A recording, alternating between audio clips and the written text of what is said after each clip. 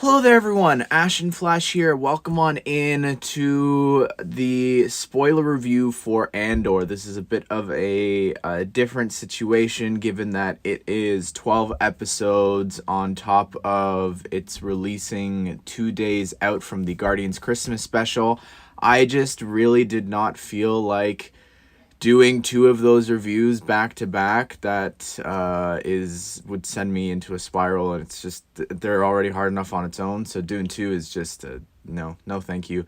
So I figured that, like we did with long time ago, we did this with what was it, the Zack Snyder Justice League. The day after it came out, we did a live stream just chatting and talking through all that. So I thought I would do the same, except I've been waiting because I want to do this anyways, just to at the end of it, to build the ambush on Ferrix set. This was sent to me by the Skywalker saga, and so that's TT Games, Lucasfilm, WB Games, and Lego themselves. So yeah, thank you to them for sending us the set to talk about here while we talk. And I'm joined by Penn Plays to chat about this because I think this is your favorite Star Wars show, live action show. Hello. I mean, I really enjoyed it. Yeah, I think it's fantastic. Whether it's my favorite, I think it still needs to set in. But I absolutely loved it, though. I'm ready. Let's Ready? let's jump on into things. So non-spoilers. I think that to start, if you have not seen Andor, or if you stopped watching, you really need to finish watching. I've been saying this all along. It's a different sort of show. It's not like the Marvel shows. It's not, I don't know, it's more of a streaming show on Netflix where, like Stranger Things, you're gonna have some slow episodes that are just character based. And then when it's done, like now that all 12 episodes are out, if you just sit down and stream them all, like it's gonna be such an enjoyable experience versus a slower episode just talking about character's backstory and building up to this big heist, knowing that you can actually watch that. I feel like, and it not disappointing, I feel like is very beneficial. Yeah, what do you think? With the format that they went with to start, because initially they launched 3 episodes at once, it kind of allowed for a whole arc story to be told. And that really helped kind of set the stage for the fact that this is more a series that is beneficial with longevity. But right after that, it kind of continued into a more episodic release. And that definitely challenged the patience of some people, from what I can tell. But in the end, the story as a whole, everything builds on the next thing. So having it all together at once, especially now, allows it to be, as you said, it's a lot more bingeable, and I think that will help a lot of people enjoy it so much more than they might have just watching it as this one episode at a time. Yeah, and I really think it's some of the best acting in any Star Wars Absolutely. show, movie, whatever. Like I feel like, at least with the main characters, I think every main character has a really incredible moment throughout most of it. And yeah, there's some surprises along the way. Absolutely. Yeah, no, I think it's really great. I'm excited for the future. I wish that if you didn't know, there's a season 2 is filming right now, and I believe what they've officially said. I don't think this is a leak or anything. They've officially said that it's gonna span the next 5 years to lead up to Rogue One, and all so there's 12 episodes again, and they're gonna go have a year. What is it? What would that be? Every 2 episodes is a year. What is it? 3 episodes? I think it's. Oh, it's I 4 years. think we Sorry. already finished 1 year, and we have Yes. 4 years ahead of us, so it's 3 episodes a year. So just like this season, it's gonna be another arc, sort of, per 3 episodes. which is, I really love these characters that they've created here. I love some of the new locations, like Ferrix, I think is really great.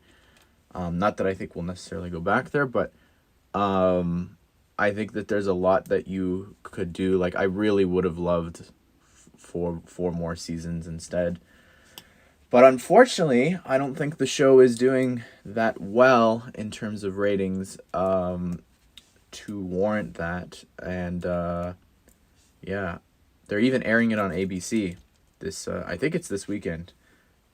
I could be wrong I about encourage people when. to watch it though. So Yes, that's the idea, is that they're trying to do that. But yeah, honestly, I go back, like, it's a completely different show, honestly, than The Mandalorian. To be like, this is the best live action Star Wars show we've ever gotten. I feel like people are so quick to hate on The Mandalorian all of a sudden because of Book of Boba Fett maybe failing in some places, and then Mando is looped into that. And I don't really think that's fair. But yeah, I don't know. That's I guess non-spoilers. Do you have any? I have an analogy for that before we drop into this. Go for it. Kind of like it's like a meal. You like the Mandalorian, Book of Boba Fett. They are the sugary sweet dessert that you love, and you want more of it, and you love it for all that it is.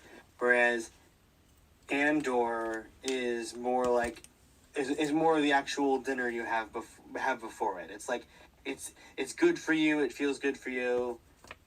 But you also enjoy the dessert as well. But they're two completely different things. Jay, thank you. You just reminded me of something that I wanted to make sure I mention. I went into this not caring one single bit. Like you said, people just passed it off because he dies in Rogue One. Spoilers. But when that was announced, I just could not care less. I enjoyed his character in Rogue One, but it was not someone that I go, man, I need a show for this guy. That was never a thought that I had. And I was, I was extremely wrong. Oh, well, I mean, I still don't think necessarily looking back, but still, what a great surprise, honestly. Truly a great It's kind of surprise. just the name of the show, really. There's so many characters there that are like, yeah, this show's about them too, as much as it is his. Mm-hmm. For sure. But yeah. It was, anyways, let's, I guess, spoilers. I don't know what else. Do you want to hop into that first Ferrix arc first, then? Yes. First Ferrix arc. Gosh, that was so long ago. I don't even know. What was the first, like, what just meeting him? Oh, and the flashback, so setting up his origin, I guess. I thought that was done really well. I gotta say, because Book of Boba Fett setting a standard when it comes to flashbacks. Almost entire episodes were just dedicated to flashbacks, which is fine, but it's like you want more of the character now than back then in a way. But this show did it in a way where I felt it spread out evenly, but then you also get to know a lot about his adoptive family in the process too, which really helps later on in the story. Yeah, it was very much, like I said before, it was very much like a television show. Like, I just think the use of flashbacks were, in comparison, like you're saying, to Book of Boba Fett, like, I don't know, it was so seamless, and it wasn't jarring. Like, I don't know, I thought they did a really great job doing that. I definitely agree, but it also establishes the reason why there's such an attachment to Ferrix as well, because like they really build the community of it all. So when the whole incident of this whole arc occurs, and basically because of his actions at the very opening of the series, bringing the Corvos and eventually the Imperial forces to Ferrix, it really changes that everybody's dynamic in a way, and it's kind of sad to watch it all kind of.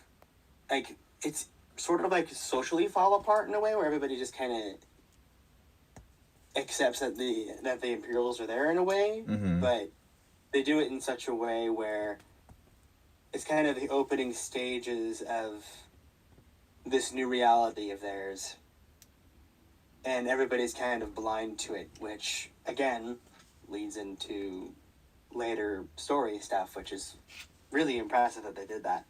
And I feel like we've never really seen that before, like you're saying, like the Empire sort of taking over a planet. I feel like with Lothal, it was like they were like at the start of the show, they're already there. Like obviously we see things get worse. We never have really seen them move in. Like they took over a hotel and then set up base and all that. So I thought that was kind of cool. Even I guess with Andor, we never, like, you know, we never saw them kick out the Ewoks of, you know, maybe they had a big village where they built that huge station. I don't know. I just think that was a really interesting thing to see it, I guess, transition to that. Not that there was like flags or anything being put up, but like, even just like you said, it was really interesting. The Imperial takeover is contrasted well with the flashbacks too, because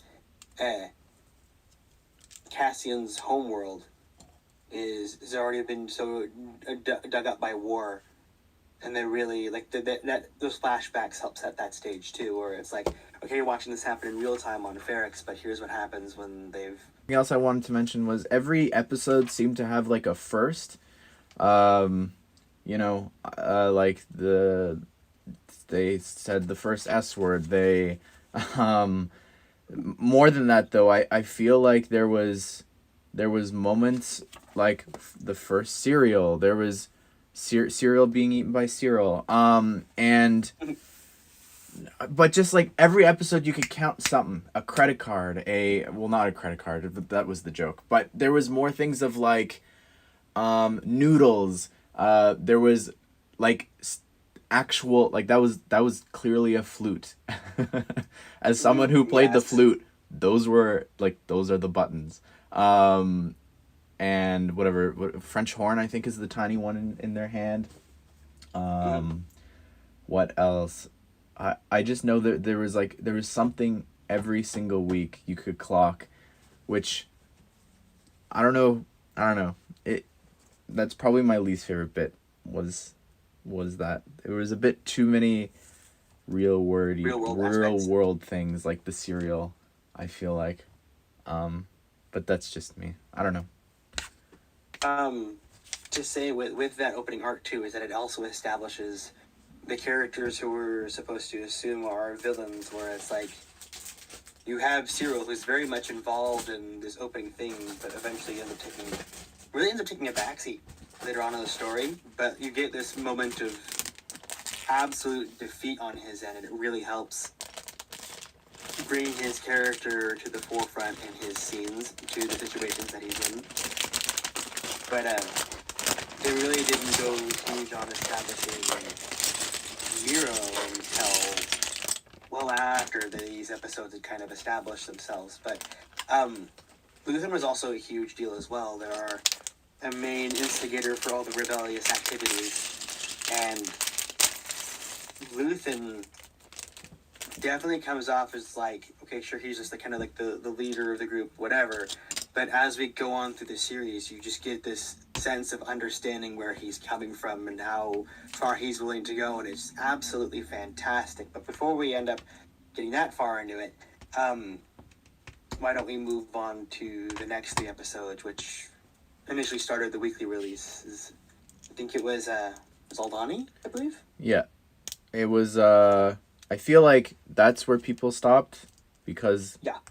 And in their defense, it was 2 character-driven episodes back-to-back, which doesn't really help, especially if you want, and I get it, you want your Star Wars to be, Star Wars-y. Yeah, people miss their lightsaber battles and big fights in space and whatever, and that this show is definitely it's not that, at least not yet. But yeah, I think that there's some bits that are pretty slow there, but especially since really none of those characters, at least the ones that I would say have a lot of moments, even really matter in a way. Like, they don't last. yeah. One of I think that was also part of the reason why it was so slow. It's like because of how character driven the Andor show is as a whole, all of these characters that are on Aldani as a part of this mission to procure a certain amount of credits or whatever from the Empire, they give you a lot, and I do mean a lot, of time to establish all of these characters who are involved in this whole mission. That aside from two characters, they all get killed in the process. Like, they all do. So it's more of a matter of us feeling for them in a way, but then also introducing aspects of how the Empire has tormented these people. And I don't think that we necessarily needed that, but it's a welcome addition if you're here for the characters specifically. And they do a really good job of making you understand the characters and appreciate the characters. But again, it isn't your use the Force, Luke, swing a lightsaber, fly a starfighter type episodes. But the fact that all three of these episodes are split up into weekly releases as opposed to, say, one singular launch as a collective thing, really allowed that to drag on to a point where I think a lot of people dropped off just because it wasn't what they were hoping for. And it's very unfortunate too, because a lot of the character development that does happen in those episodes is very subtle, and that's also a time where Mon Mothma, who's basically the second side character, the second main character of the story, that's where a lot of her, and it does a fantastic job in doing so. But if your focus is on the main storyline of Andor, you're going to miss a lot of that there. And again, she is a side story for sure, but that's really some key moments for her that definitely play and pay off as further episodes go. Yeah, I think just with her and her story, I think that you get a sense of, because we see in Rebels her needing that rescue after, speaking out against the Empire and everything. You see bits of that. You see how people are, like, she starts talking in the Senate and they just leave. they shut down their little hover pod sections or whatever and just leave. They're not interested. And even just how many people there were in the Senate as well, because obviously in A New Hope, Tarkin says the line that the Emperor is all but dissolved the remainders of the Senate. So yeah, you start to see these things happening.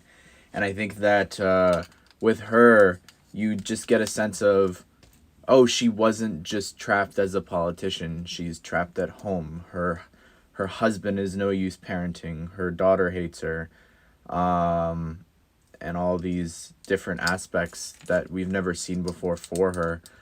And how does she maneuver, funding this rebellion? Yeah, I think that she is acting within acting, and I think that she just gives incredible performances so many times. If anybody should win an Emmy for the show, it should be Genevieve O'Reilly. Her performance as Mon Mothma was absolutely incredible. Yeah, it was absolutely incredible. No, it was incredible. And it starts to, and with just how, again, even more acting with Luthen, and we see him practicing his smile and everything, and I think that was in the first few episodes. That second arc, I believe, yeah. Mm-hmm. I think that was really cool. Just to see, just his disguises and everything, and how this, we don't really know what happened to him. But this front that he has to put on, and the way that they talk to each other and things like that. I thought was really The good. code words. Hmm. It's very intelligent, but it's also very interesting how the front works, because like he definitely has what he is pretending to have. Like it's very impressive to watch it all when you starting to figure out Luthen's character of what he's doing, what he's there for, using Mon Mothma as basically as a tool to help present that, and it's so interesting too because it also gives you a good look into Coruscant as well, which we haven't had like a full on embracing of since what, like it's been since episode 3, hasn't it? Yeah, Revenge of the Sith. and specifically nothing with the Empire minus Return of the Jedi, where they knock over the statue of Palpatine. I think Which that's wasn't there in the original no. one, you know? Yeah. But still, yeah, that's there. But it's so interesting too because like we don't get to see much of Coruscant and the Bad Batch when Order 66 is all completed and such. So like getting to see this far along in the Imperial rule on Coruscant and see it's like, okay, it's still Coruscant, but it doesn't feel as glamorous as it felt in the prequels, even though visually it really hasn't changed much. But as you go into kind of the underbelly with Luthen's side story here, with the help of Mon Mothma helping to deliver that, it really does wonders for adding more story to the planet, I suppose, but also really establish how the Empire is doing things now, and it's really enjoyable, but it's also fun to just be back, you know? Yeah. No, that's an incredible planet, and yeah, a treat to go back to. But the And to see heist. all of Luthen's references in his office too. Oh, That's just eye candy for us. with Indiana Jones stuff, which I don't think anything from, I could be wrong in saying this, but I don't believe anything from Indiana Jones has ever come into Star Wars in terms of like this way, like backwards, because a long time ago in Galaxy Far Far Away. But obviously there's a lot of stuff in Indiana Jones, but never the other way around. So I think that was really cool. But the actual heist itself was just incredible. The way that the show builds tension and suspense, even though obviously we know Andor lives to a certain point. I think that it's still there's I don't know. It just takes so many unexpected turns, this show, that you really don't know what's gonna happen next. Yeah. Heist as well is really good at painting the moral gray area some people are willing to go into for the rebellion, which is not something that we've really seen outside of Saw Gerrera, who we'll get to. But it's just interesting to see, like, there was this phrasing at the beginning that Cassian had mentioned where it's like, you just have to act like you belong and you'll do just fine. And they literally do that. And it's a very interesting way to fulfill that the way that he put that, but then just showing the consequences of it all too, because again, most of the characters in this small arc here, they all die in this process here. So you would get this whole time dedicated to learning, getting to know them, and in a span of about 30 minutes, they're all gone, except for Vel, who plays more of a role later in basically helping to set the stage of this series, of the season's finale. But it's just so interesting too, because you also get a nice casual glimpse into the Imperial lifestyle as well in this arc specifically. And their confidence in what they're doing is very it's just so fun seeing how sure of themselves that they are and watching it all become what it ends up. But it's kind of unfortunate that they established these characters and did kill them off, because we're starting to see basically the foundations of the rebellion. You would assume that some of these characters would appear later down the line in season 2 to help. But yeah, I think that was just the whole heist, and seeing the damage that did to the Empire, I think was very interesting. We see the ramifications of that continue through the rest of the season. I think is really great. I don't know. Do you have anything else to say about that arc? Seeing how that heist worked out methodically for Luthen's sake is also really fun to watch too, because you're like, all these terrible things happen, and then somebody complains to him and goes, well, we did it because this. And you're like, he's right. Dang, that's exactly why they did that, and that's very dark but intelligent. Wow. Right. His line about how things have to get worse so people start to notice, I think was, yeah, it's really interesting to hear him. I don't know. Yeah, I don't know. It's very interesting. The words, we haven't seen him do much. Well, you know, We'll get to that. in terms of like, we haven't seen him put his life on the line really, you know, to do Maybe something. in the third episode when he meets Cassian. Sure. But I just mean like, But that's brief. he's orchestrating all of these things, and I think that's really interesting to see. But yeah, the next, so after they steal all the money, he's on a little vacation planet, right? I think Which that's I at the love end of me- the arc. I love me a vacation world. Like he basically takes the money from the event, and we are basically given a whole episode where all of us side characters get a moment, and then it concludes with an incident happening with Cassian, and we're given this moment where we see him on this tropical planet, and you know, enjoying life's pleasures and such, because now he's really something rich from that mission, because he's no longer a rebel, quote unquote. But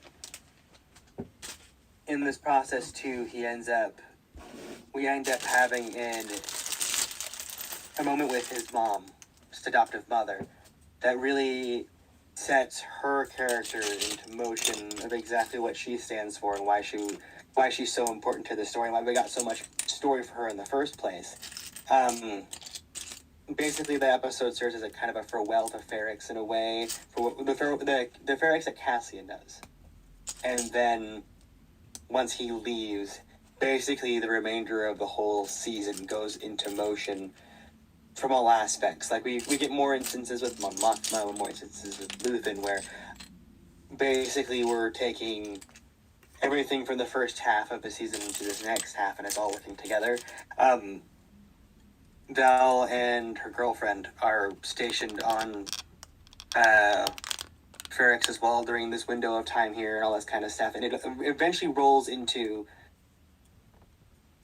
the finale. But first off, there's this really large chunk of time that's dedicated to probably one of the most integral parts of Cassian's journey so far, where on this tropical planet he has an incident with some KX units, which made me think that we would get K2SO at this point, but we didn't.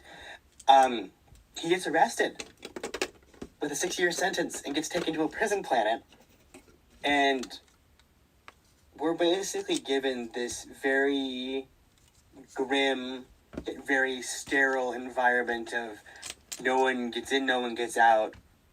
We're stuck here for our sentences until eventually, because of the Aldani incident from the previous 3 episodes, causes ramifications that basically keeps everybody there, and this whole entire incident just grows into perhaps one of the more incredible arcs of Disney Star Wars television that I think we've seen so far. What do you have to say, Ash? Yeah, I think that I just remember him being arrested, and I think that's how that episode ended, right? Was with him getting the sentence. The first episode here, yeah. But then I just remember that whole episode of going to the prison and just staring at my screen of like, what is going on? Like having absolutely no clue what was happening. Like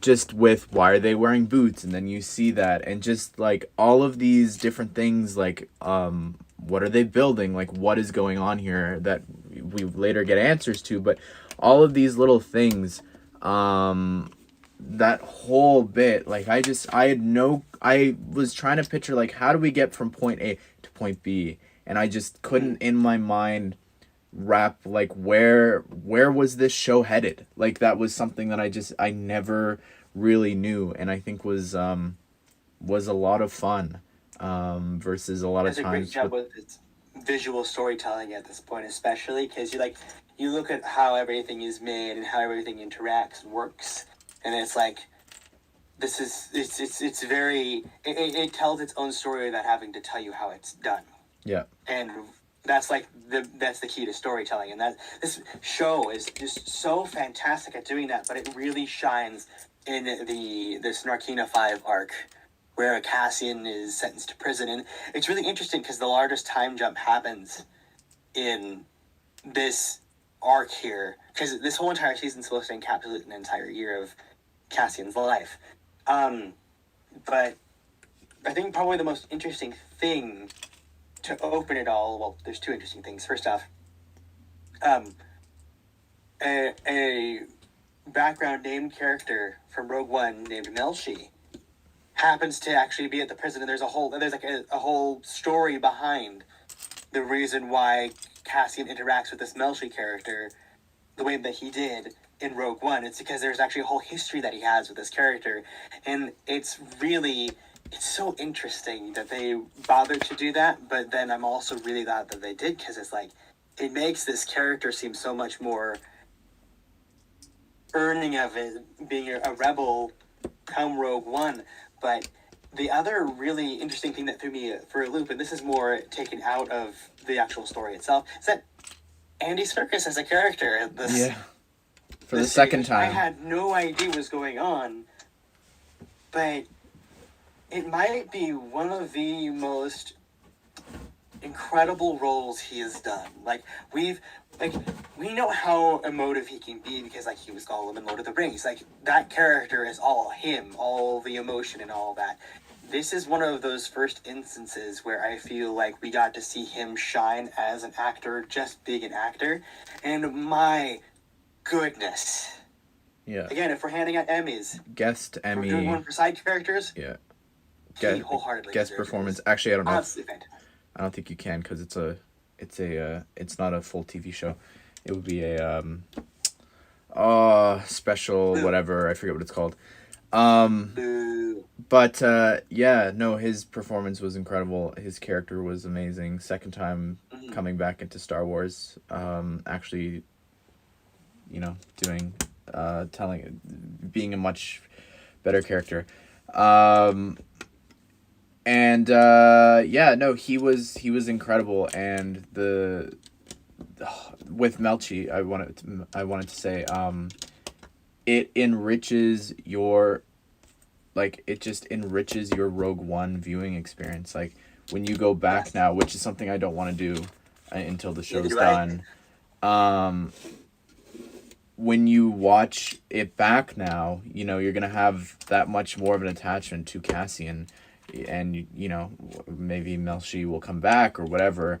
But even presumably how we'll meet K2 in season 2, and all these different things. I just feel like, and Mon Mothma, when you see her in Rebels now or wherever else, even in Return of the Jedi, even though it's not the same actress, it still adds so much to this. And yeah, I it's just moments that I never knew that I needed for this character, that it was like, yeah, it's fine, It's so interesting, because it's we never needed this story, yet we got it, and it's just so incredibly well done. I love it so much. I will say that it kind of did feel like the whole prison story felt like it kind of went on for a little while longer than I would have liked, but I didn't feel like I was legitimately wasting my time. especially since some really incredible moments from Mon Mothma and Luthen were happening at this time too. Like that incredible, incredible speech that Luthen gives to his ISB spy,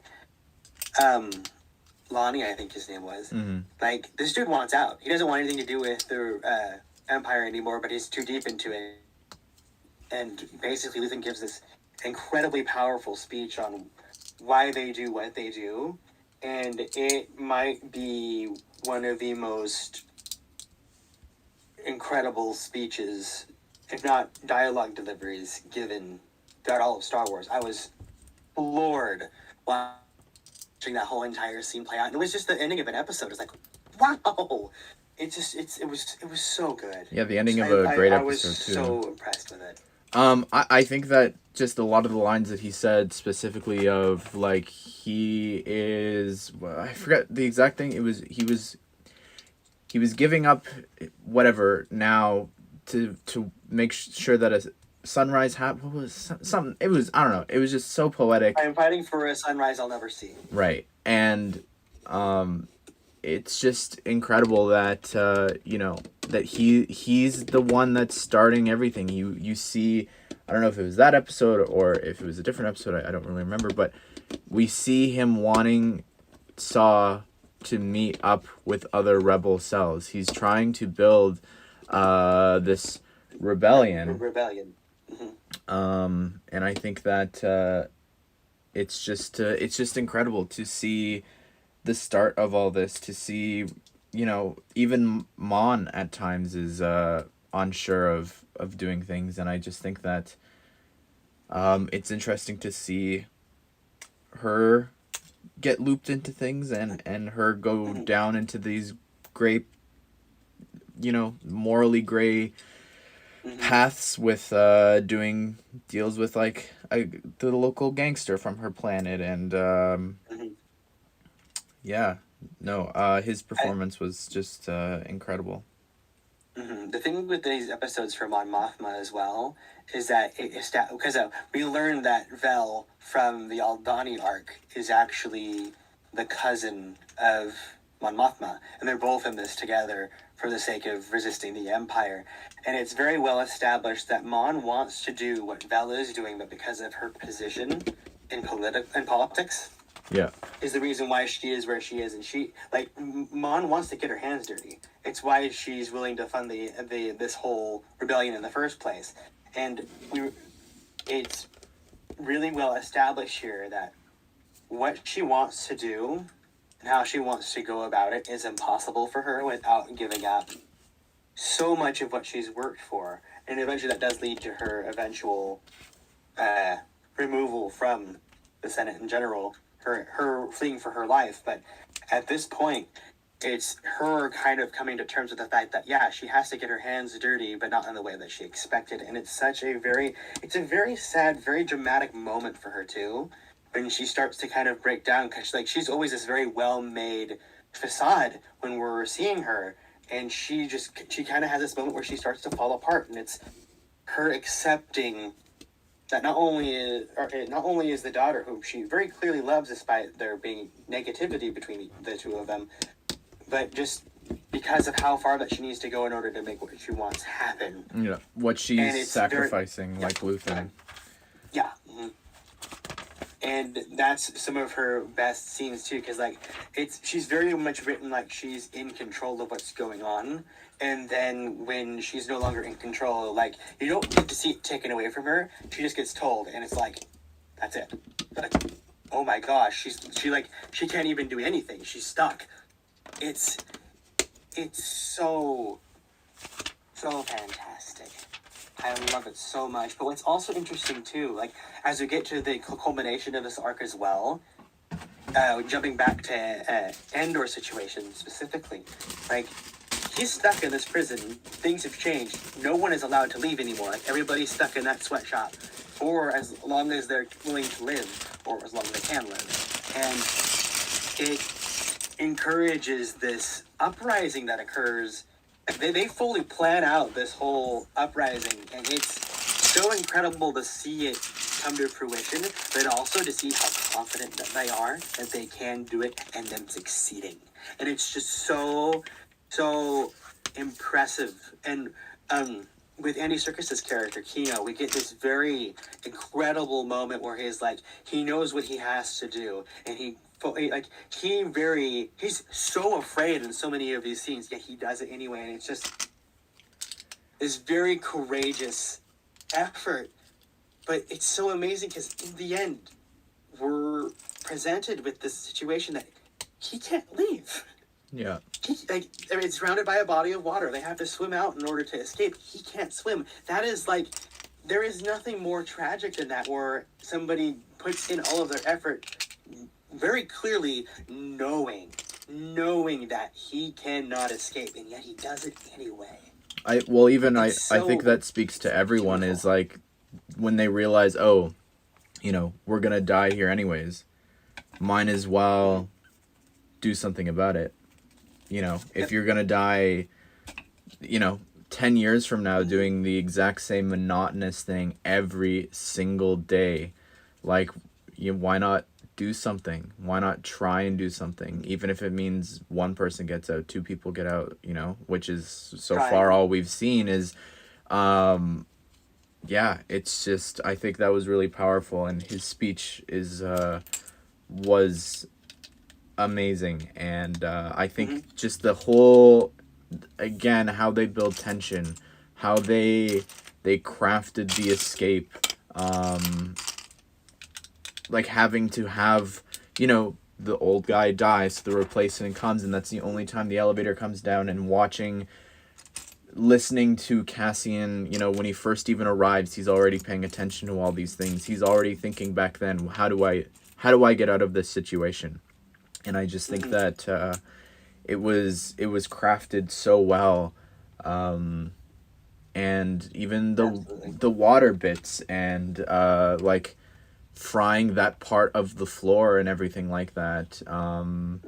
It's just, there was so many layers to that breakout episode. It was really just one of the best, if one of the best Star Wars episodes, live action, animated, I think that they've done. It's and then so tragic. Fantastic. Yeah. Next episode, one thing I wanted to say though. What was it? Goodness gracious, I forgot. It was, but it's like, it's so interesting too, because like, again, back to the fact that they're showing the story as opposed to telling it to you. Like, you see all of these characters get better and better at their duties, at this thing, building these non-disclosed mechanical things where it's just like, what's the point of this? What's the bother? Of course, we're all asking the question, what the heck are these even for? Like, they're not parts of TIE fighters. It's so weird and strange. And it's just like, but you're left with this moment of like, it really doesn't matter. It's about the whole prison event itself, at least at this point. And it's like, the whole arc is very excellent at answering questions that you are asking without having the characters ask and answer.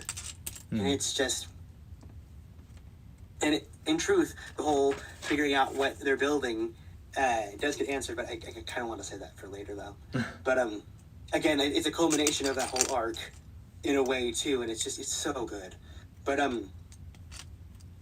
these last two episodes, because I think the Narkina episode, like, there was that one tangential episode where they get caught in establishing stuff, and he goes to the vacation planet or whatever. That's one whole thing, and then the Narkina arc starts. And then there's these last two episodes where we're setting the stage for the finale, the kind of this last arc. During all of this that's going on, Cassian's mom dies, and it's just so incredible watching how Ferrix handles it and how they react to it. And it does a great job showing the community of it all. But throughout this whole experience, we've been watching this ISB officer, Dedra Miro. She's been basically proving herself through and through, and now she's at this point where she's off to find Cassian because She he's knows. the key to find out who this ringleader is for these uprisings, trying to find Luthen, who the ISB refers to as Axis. She knows what we know, that there is a rebellion, yeah. but no one else believes her. She's putting the pieces together that this meeting that happened, that we ambushed on Ferrix, you know, that happened there, where they left that part behind, that's connected to, what if it is connected to Aldhani? What if it is, even more so? And I feel like we will see Andy Serkis's character back. I feel like they're gonna start to put these connections, more and more connections together, and she's the one putting all the puzzle pieces together that no one is believing her. She's the only one. And her performance is great as well. Just as this stone cold Imperial agent is just really great. They did this fantastic job of making us fall in love with the villain. Mm-hmm. It's so hard to make you fall in love with a villain because they're a villain. Like, you have characters like Common Situation, where a lot of common stories show women trying to survive in a male-dominated space, but they don't shy away from the fact that, this power is still going to corrupt her, and she's still going to turn into the villain that we love to hate. And it's like, I don't think that we've ever really gotten that out of Star Wars, but the fact that we're getting it now, and yet I feel excited to see what she does as the villain. It's just fantastic. Combination of things here, because they establish a base on Ferrix, a presence, and use what they have on hand before a full occupation, which it really is more or less an occupation at this point in the story. But their whole point is that they want to set a stage to deliberately lure Cassian out so Dedra can get him. And it's so interesting to see how she's already methodically planned all of this out, but then also her assistant is fully on top of things as well, so he's doing stuff for her that she would do. And it's just so fantastic to see it all kind of culminate together, all of her effort, because you're this is going to happen, and yet you once you get to it, you're like, wow, we're finally here. It's great, because we've been waiting 10 weeks for this to happen, watching it all culminate to this. And it's just so interesting that we start this finale back where the series literally in its entirety began. But they also introduce a lot of very interesting... they really show us how far Dedra's willing to go as well, to torturing people for answers and all that kind of stuff. And they use some characters that have been pre-established as well in this show to do that. It just makes it so interesting. Because you're worried about this character, but then you're also like, ooh, what's the villain gonna do? But the one character that they didn't really do that with is Cyril. Because after that third episode, he just kind of goes to oh, I'm depressed. Oh, I got a day job. Oh, I still want revenge. Oh, I have my opportunity for revenge. Oh no. Oh yes. Oh no. He's literally got. He's got the stereotypical job, of he's just in a cubicle. He's in a desk job, and he's just one of thousands of people doing this, whatever it was. I think it was just surveillance or something, right? Surveying or something. Yeah, it's just something so pointless and boring. He's got a space that was one of the things. He's got a suit and tie, a Star Wars suit and tie and all that, and was it a Star Wars suit and tie? Yeah, so he just wants more. He wants his old life back. He wants his power back. He wants his influence back. Yeah, he wants to make a difference. And it was I don't know, his dynamic with his mom was something. I enjoy. It was very simple. Is what it was. It's not. It's very. It doesn't feel like, oh, there isn't some super. Oh, there's nothing Star Warsy about it. The thing with Cyril is that he's just a normal guy, and that's kind of his whole arc in this, at least this portion of the story, to a point where it's like, oh, he meets Dedra, he knows, oh, Dedra's investigating this. And so he kind of obsesses with her, too, and it's kind of like oh, she's my ticket back in kind of stuff, and it kind of paints this picture of him kind of being obsessed with not just Andor, but with her as well, because she's Yeah. the key to all of us to make things, to get his revenge. And He wants both, yeah. They both want the it's- same thing, and they're Star Wars crossed lovers. But yeah, no, I enjoyed his character. Even the little bits that we got, I look forward to seeing more of him.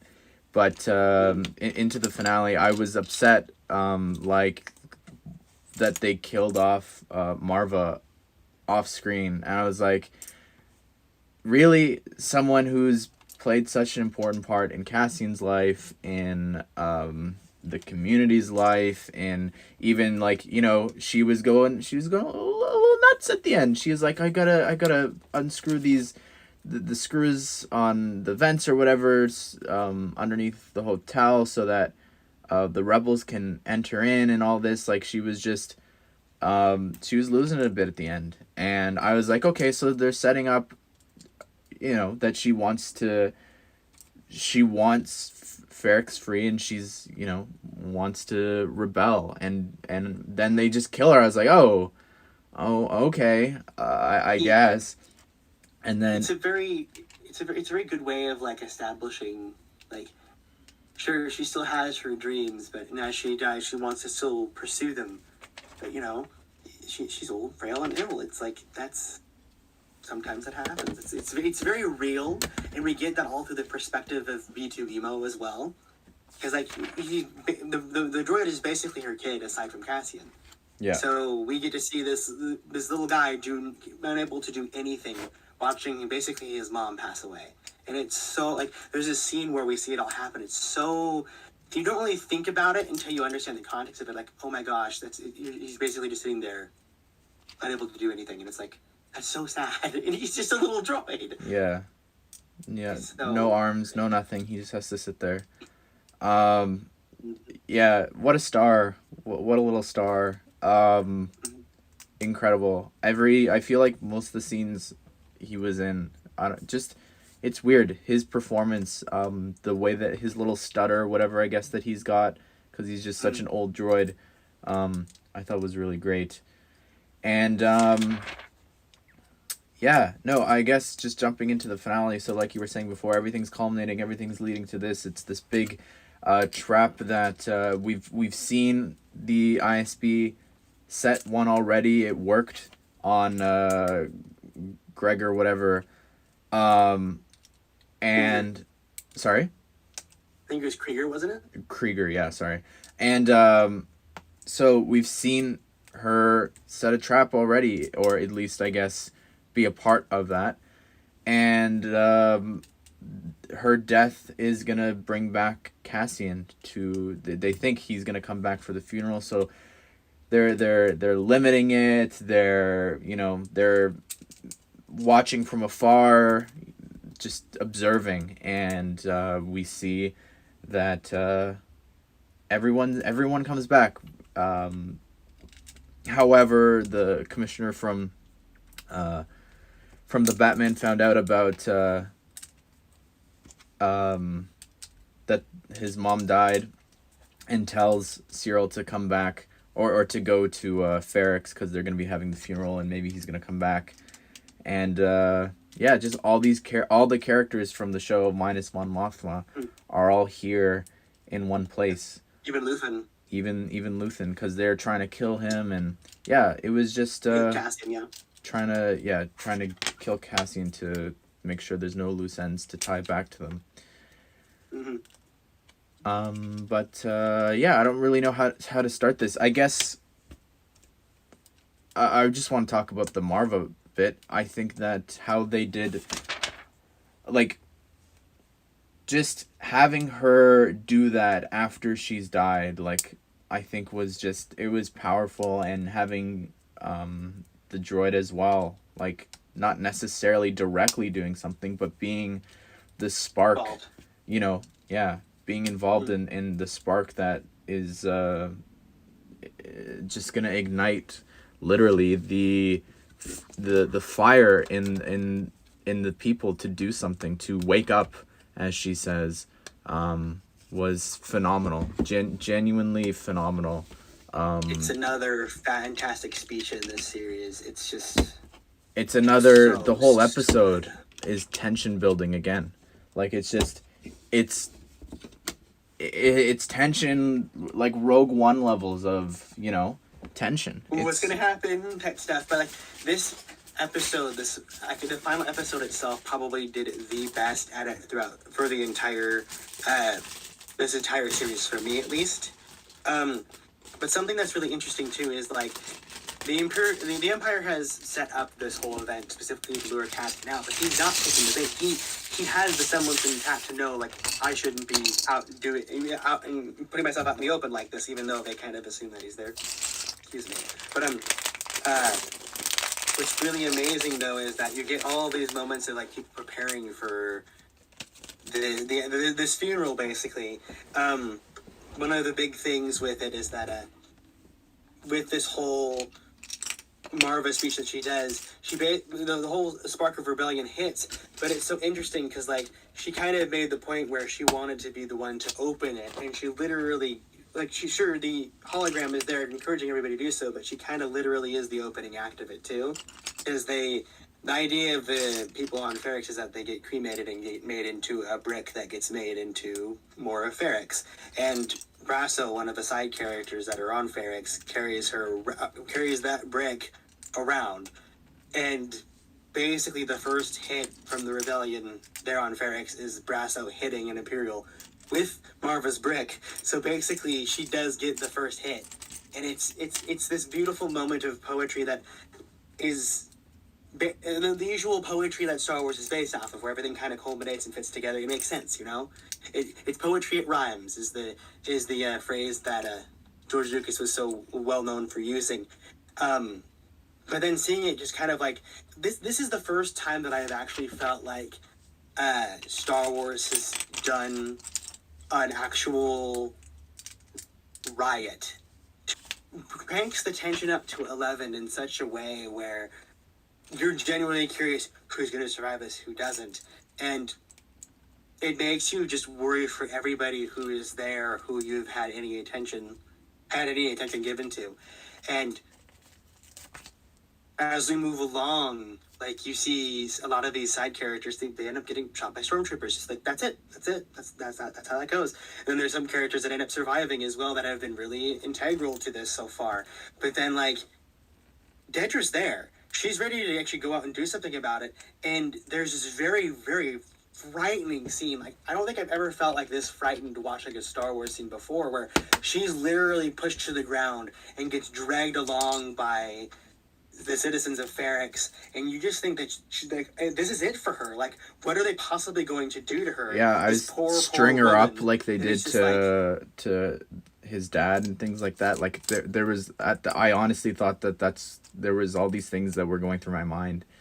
Like they were going to do what they did to Cassian's dad. I didn't even think about. I don't know if that's fine. But yeah, it was just so well done.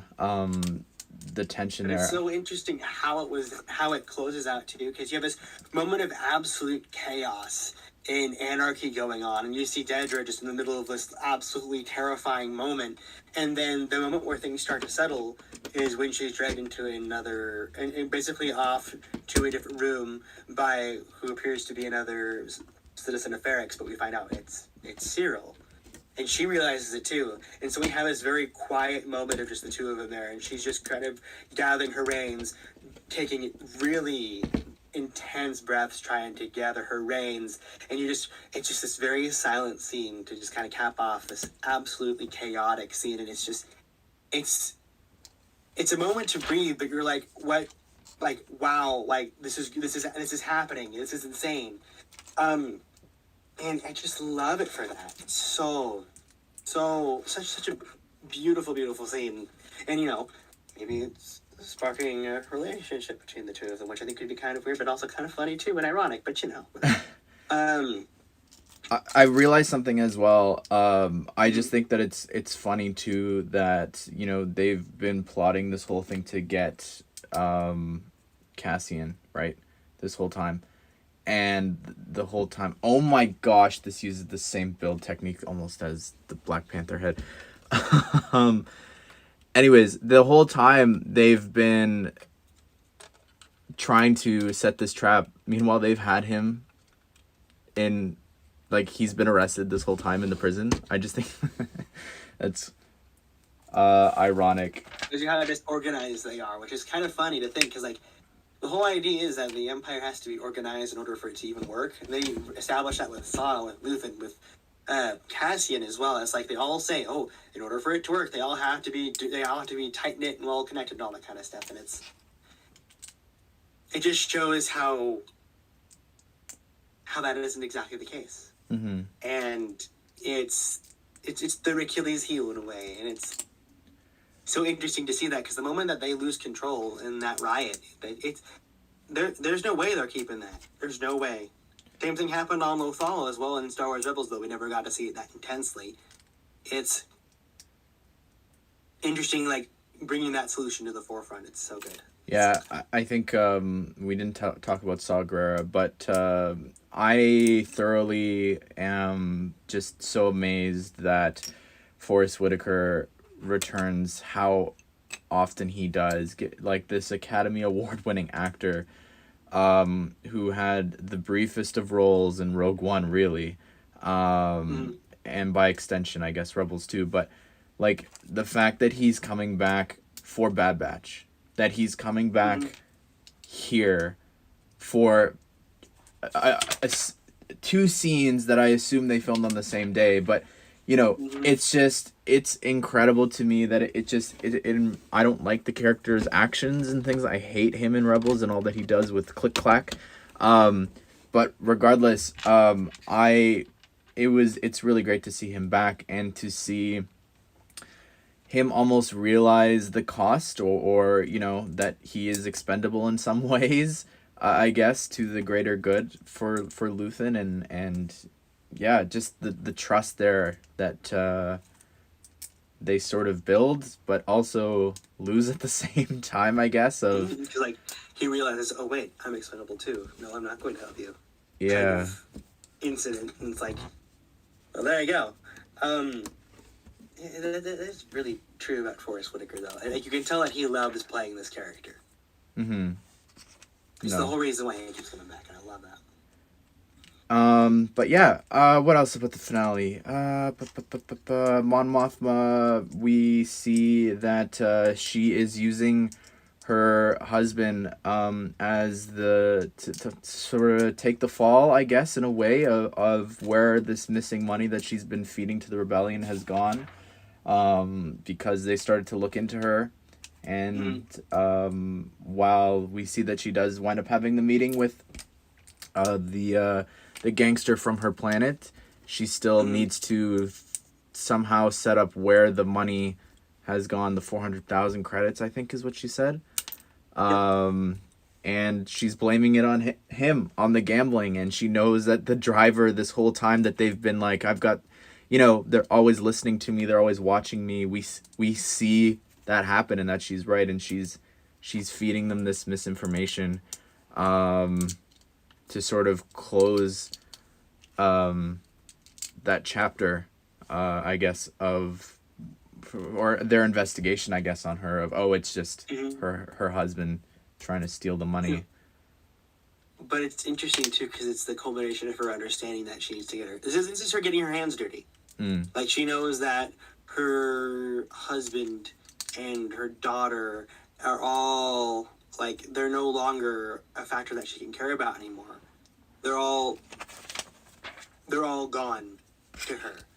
So she's now taking this opportunity she's scapegoating her husband for all of her actions, and it's very interesting to see, like, this is how this starts for her.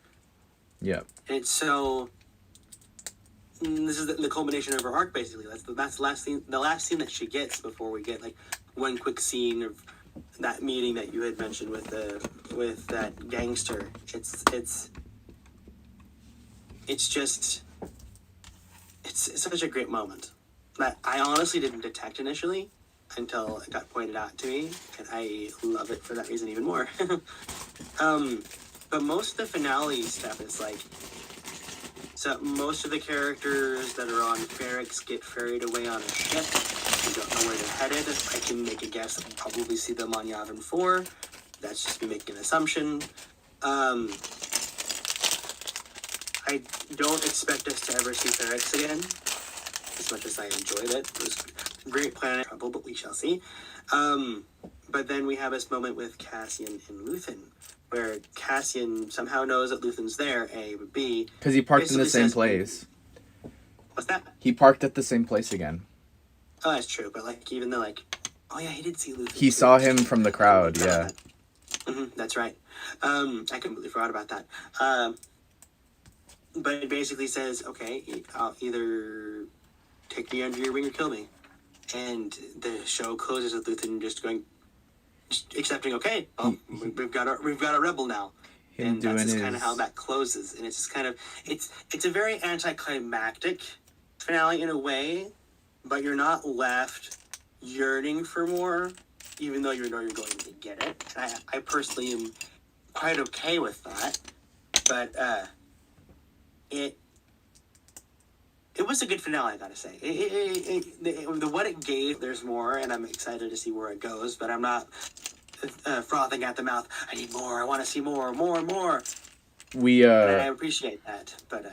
We skipped over something. The Fondor.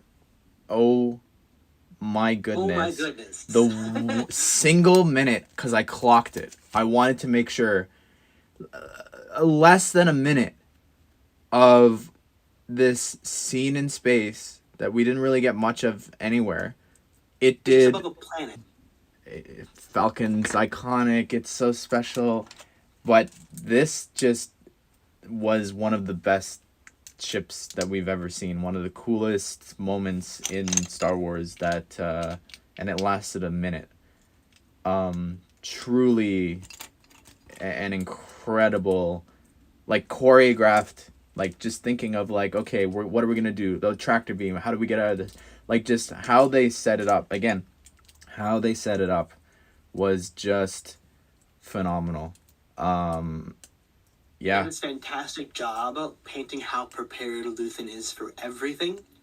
But what's crazy about it, too, is that it's such a brief moment, and it's like the only space battle in the entire series at this point.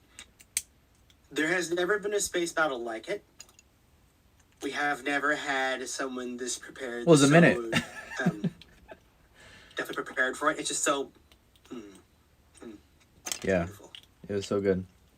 I do think that before we go into talking about potential Lego sets, we should... Oh, did you have something else to say about it? No, I was about to lead into that. I do want to talk about the post-credit scene. Oh, sure.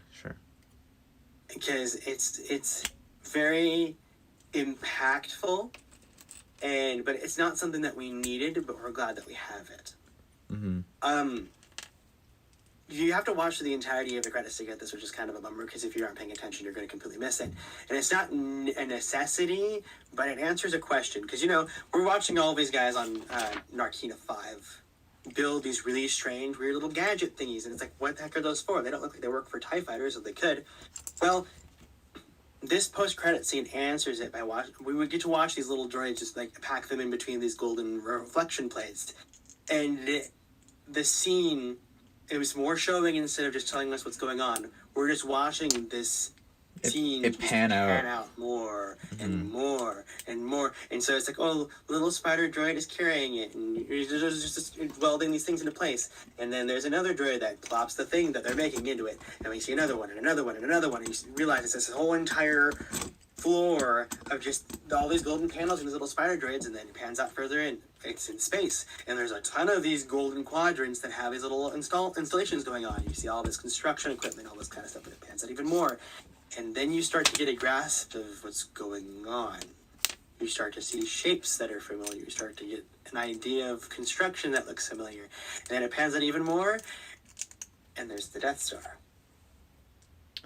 And then you get this absolutely striking, beautifully frightening shot of the Death Star's cannon in full construction mode over the completed battle station itself, ready to take it in at the opening scenes we see it in Rogue One.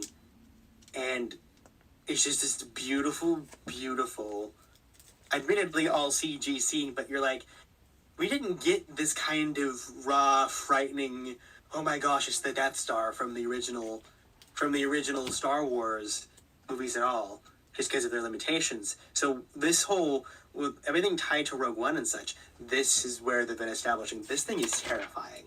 And they did that so just perfectly well here, and another line of poetry has been written in the Star Wars thing, the whole lexicon of Star Wars. Andor built the thing that kills him. Mm-hmm. It's like with Krennic, I remember everyone being like how poetic it was that the thing that he dedicated so many years to building and you know, perfecting was the thing that killed him. And it's the same thing here, where that same, I don't know, like, well, it killed Tarkin too, I guess, but it, you know, it's this thing that everyone is building. Like, Cassian was building it against his will, but he was still building it. And yeah, I think that it's incredible. That shot was so beautifully filmed. Yeah, really, really great.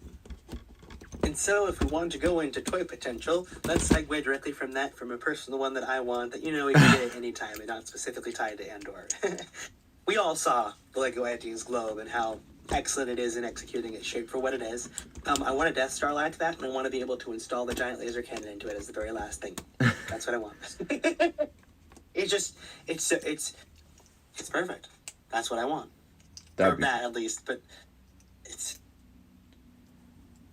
For show specific, though, it's really interesting because of how character-driven this series has been. There has not been enough focus on vehicles for toys, but when there are, it's either like, okay, obviously that's there for toys, or it makes a huge impact. You're like, this is awesome.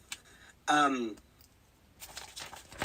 think that, just to get it out of the way, in the final episode, there's this little hovercraft that some of the Imperials are carting around on Ferrix.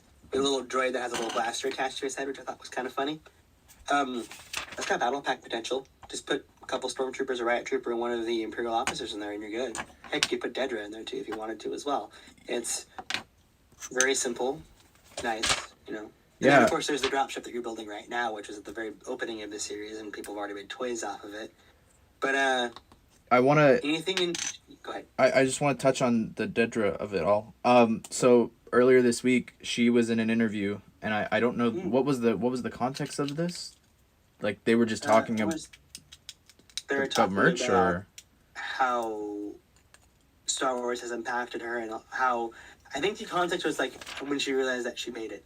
Okay, sure. So she said that, you know, they have a Lego figure of me, which we technically do not have. But I haven't said this to you, but it got me thinking, because when I was unboxing this, I looked at the box, and like you're saying, of a Stormtrooper battle pack, the Stormtrooper's on the box, despite there not being a Stormtrooper in the singular set that we have. So potentially, you know, maybe she could be in that set. I don't know. There could kind of be a battle on Ferrix set with her. I'd love to see some Death Troopers back.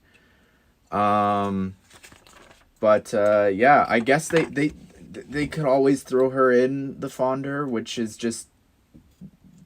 It just is the set that I need, because it's the coolest Star Wars ship we've ever seen. And I'll be really sad if we don't get that. So, to clarify here with the listeners, Ash is talking about Luthen's ship. It's a ship from Fondor. It's not called the Fondor. I disagree, but...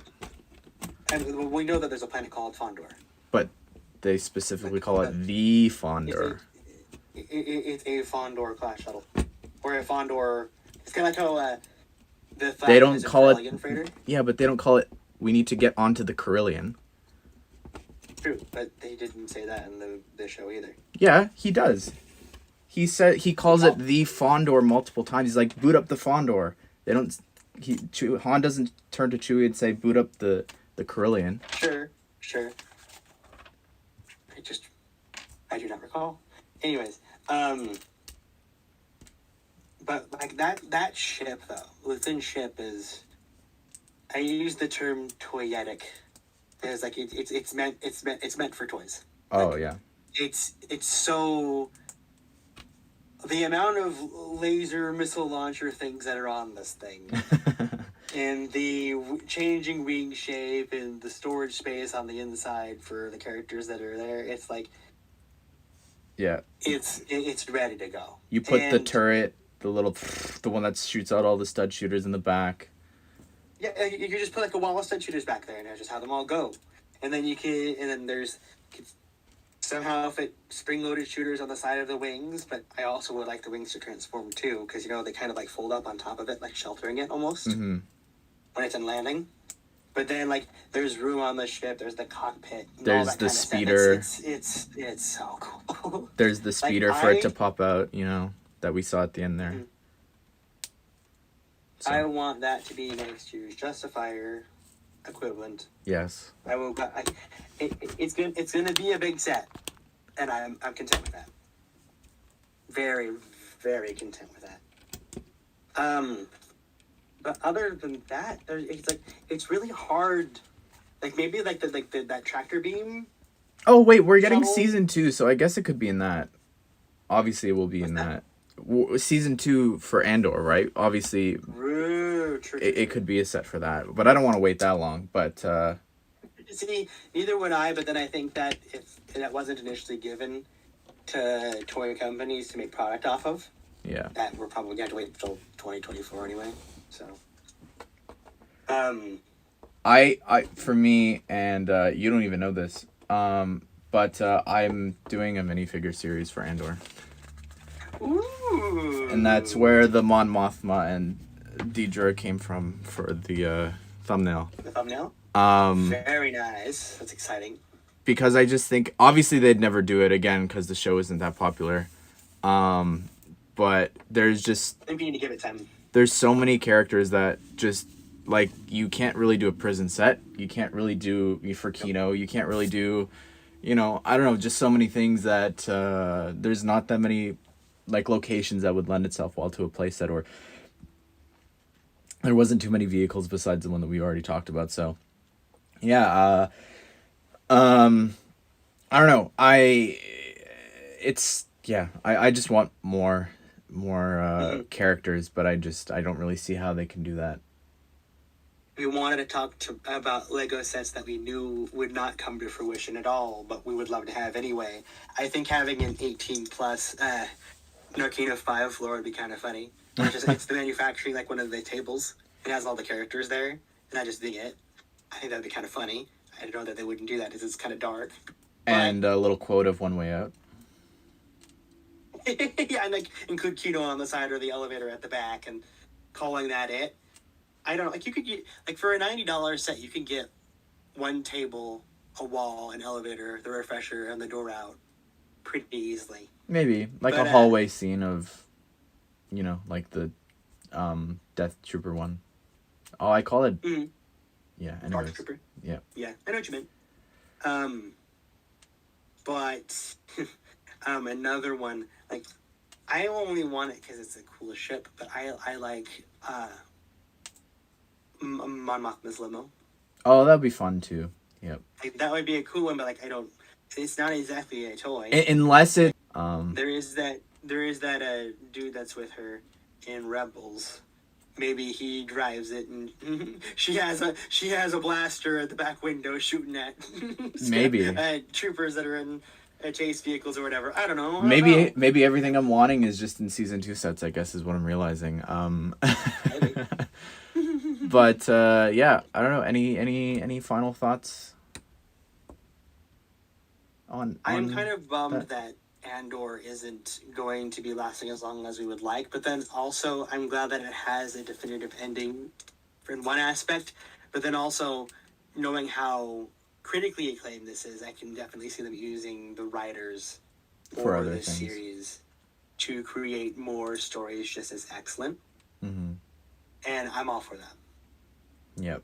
I'll pick more. More. That's what I want. No, it was phenomenal. I'm sad we have to wait so long for season 2, but at the same time, I will take quality over quantity, which is something Marvel's not doing right now. With I just look at the writing of the show, I look at the CGI, and I said this to you last night, of the singular shot for a post-credit scene, the amount of love and clearly quality and effort that went into that was more than all of She-Hulk. And I just think that, like, writing wise, it was just like, that's how you tell a story, like, from start to finish. It wasn't, wow, what a great episode of WandaVision. Oh, the finale sucks. It's thoroughly from start to finish. They have it all planned out. There's no, like, everything was intentional of how do we get all the characters here together. It was just phenomenal. Really, really great. Yeah. Anyways, anything else, Pen? Where can people find you, Pen? I am Pen Plays on YouTube, Pen Plays Insta on Instagram, at PenKid11 on Twitter. I'm all over the place. You'll find me because you'll notice the logo. There you go. Anyways, thank you for joining, and thank you to everybody who stuck around in the chat. Yeah, I hope you guys did enjoy the video. Hope you all have a great day. Stay tuned. We're gonna have the Guardians Holiday Special review tomorrow, hopefully. And yeah, goodbye, everybody. Bye.